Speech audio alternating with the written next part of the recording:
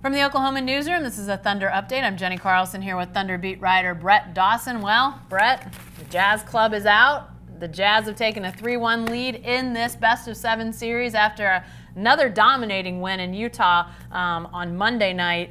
Now the Thunder is on the verge of elimination. They've got to win these last 3 to win this series.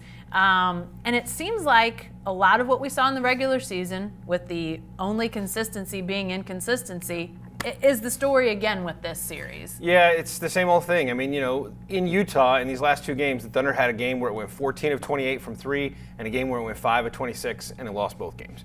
So that tells you that, you know, it's not just shooting. Shooting isn't the only issue here. And that's the biggest problem with Utah. Sometimes it's been an offensive problem. Sometimes it's been a defensive problem.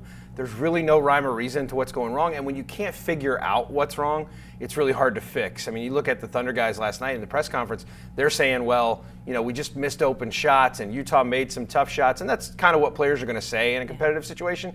You know, Isaiah Thomas, the Hall of Famer on NBA TV last night, said, like, I listened to them talk, and I don't get a sense that they understand why they're losing. You know, and to speak to the fact of shots, who's getting better shots, if you watch the three-point line and the kind of shots that Utah was getting last night, now I think they started 4 of 16 or something like that before Joe Ingles got hot at the end of the first half.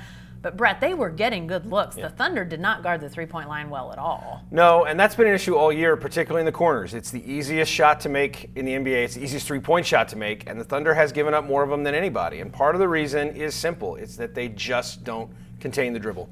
The ball gets into the middle of the floor way too often, and from the middle of the floor, it's easy to fan out. Nobody can catch up to the ball. That's an old adage in basketball. The pass is much faster than the man. You can't get to those corners if you're going to give up all that dribble penetration. This is where they miss Andre Robertson, obviously, but this is also a failing of adapting to life without him. Well, as you think about Game 5, a must-win, Game 6, Game 7 must-win for the Thunder, if you're in their shoes, what do you change? Because, like you say, it sounds like they've sort of either hit a wall or they're not seeing the need to adjust. What would you change if you could do it? That's a good question. I mean, I don't know. Billy Donovan gets paid a lot more than I do, and his job is to fix these things, and he's not being able to figure out how to do it. I would say a couple of things. They've got to continue to be aggressive, I think, inside against Gobert. They can't stop.